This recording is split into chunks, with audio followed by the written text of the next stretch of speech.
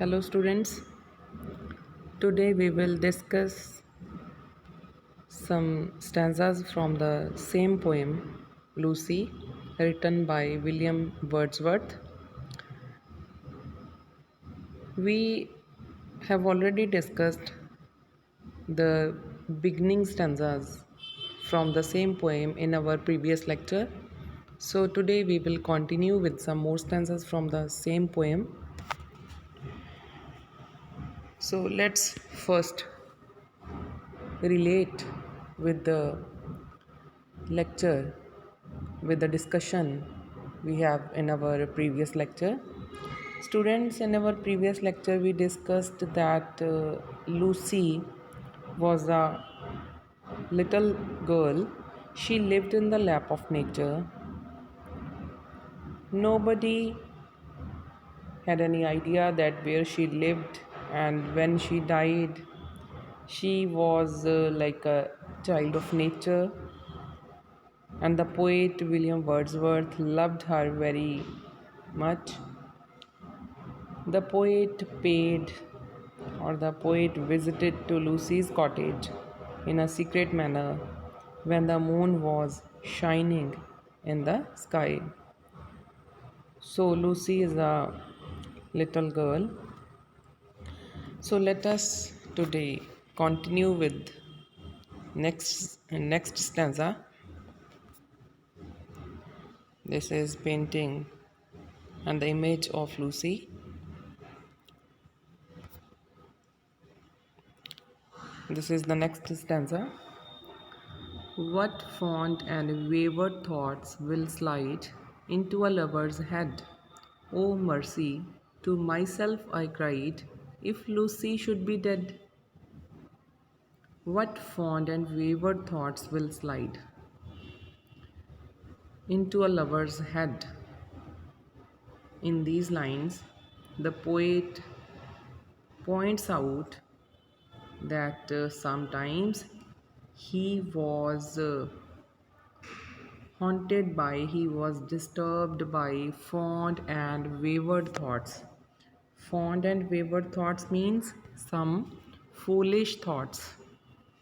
The poet tells us in these lines that the poet tells us that sometimes he was disturbed by strange and foolish thoughts into a lover's head. Lover by lover here means by the poet William Wordsworth.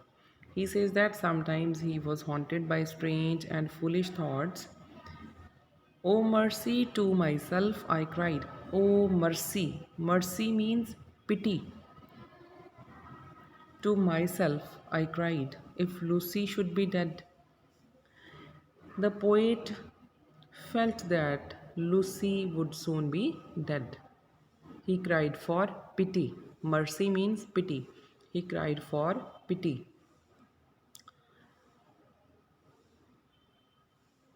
There was some strange mystery about the origin, about the birth of Lucy.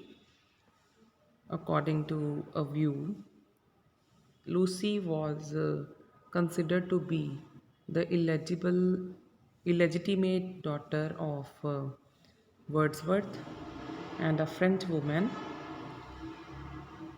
from whom he started learning French. So Lucy is considered to be their illegitimate daughter.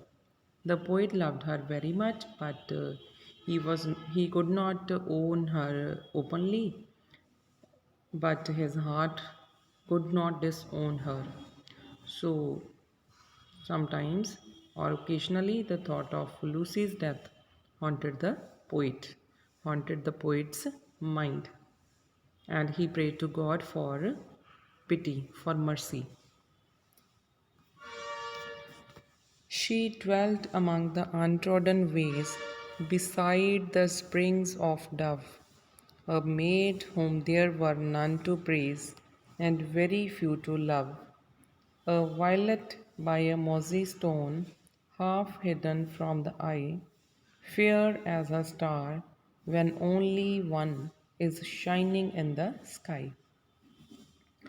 She dwelt among the untrodden ways beside the springs of Dove.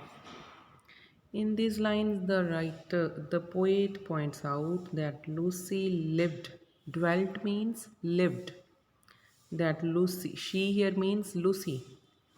The poet says that Lucy lived in an untrodden ways means at an unknown place. The poet says that Lucy lived at an unknown place besides the springs of Dove. She lived in an unknown corner of nature where which was untrodden. Untrodden means a place where the human feet had not reached, which had not been trodden by the human feet. So Lucy lived at an unknown place where the human feet had not reached yet. She lived in a cottage which was situated beside the springs of Dove.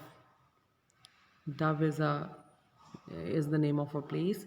So her cottage was near the springs of or besides the springs of Dove. A maid whom there were none to praise and very few to love. She was a little girl. Maid means a little girl, beautiful little girl, whom there were none to praise and very few to love. There was no one to sing praises to her beauty. There was no one to sing songs of praise for her, and very few to love. Only few people, like the poet William Wordsworth, loved her. A violet by a mossy stone, half hidden from the eye. Lucy was like a violet. Violet is a kind of flower. Lucy was like a violet flower by a mossy stone, which was growing behind a stone which was covered with moss. So she was like a violet flower which was growing beside a stone covered with moss, half hidden from the eye. Like that flower which was behind a stone, Lucy was also hidden from the eyes of the people. She was also hidden from the eyes of the people. Fair as a star when only one is shining in the sky. She was as fair. Fair means lovely, beautiful. She was as lovely, as beautiful as a star when only one is shining in the sky. She was as lovely as a star when only one star is shining in the sky. Means she was surprisingly beautiful. She was very beautiful little girl who lived among the untrodden ways where the human feet had not reached yet. So in this stanza, poet is describing the beauty of Lucy Gray. She lived unknown and few could know when Lucy ceased to be, but she is in her grave, and oh, the difference to me. She lived unknown, and few could know when Lucy ceased to be. In these lines, the poet says that Lucy lived among the untrodden ways, or she lived at an unknown place. She lived unknown. She lived at an unknown place, and she also remained unknown in a very solitary corner of nature. She lived in an unknown way. She was unknown for many people, and few could know when Lucy ceased to be. Few means some people could know that where she lived, and nobody knew that when she ceased to be. Ceased. Cease means to stop. Nobody knew when Lucy died. Cease to be here means nobody knew when Lucy died. But she is in her grave, and oh, the difference to me. After her death, when she died untimely, she was buried in her grave. Grave in our regional language Punjabi, grave means kabar. She was, after her untimely death, she was covered. She was buried in her grave, and oh, the difference to me. But her death made a great difference or a great effect to the poet because after her death, the heart of the poet William Wordsworth broke, and it was full of grief and sorrow because the poet loved Lucy dearly. So her death affected him in a very bad way because he was full of grief and sorrow at Lucy's death. So, students,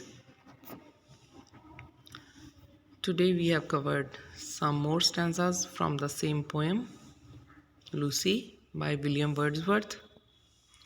Tomorrow we will continue with next stanzas from the same poem. Try to learn all these stanzas and watch and listen to the explanation and discussion of the poem. Thank you. Thank you very much.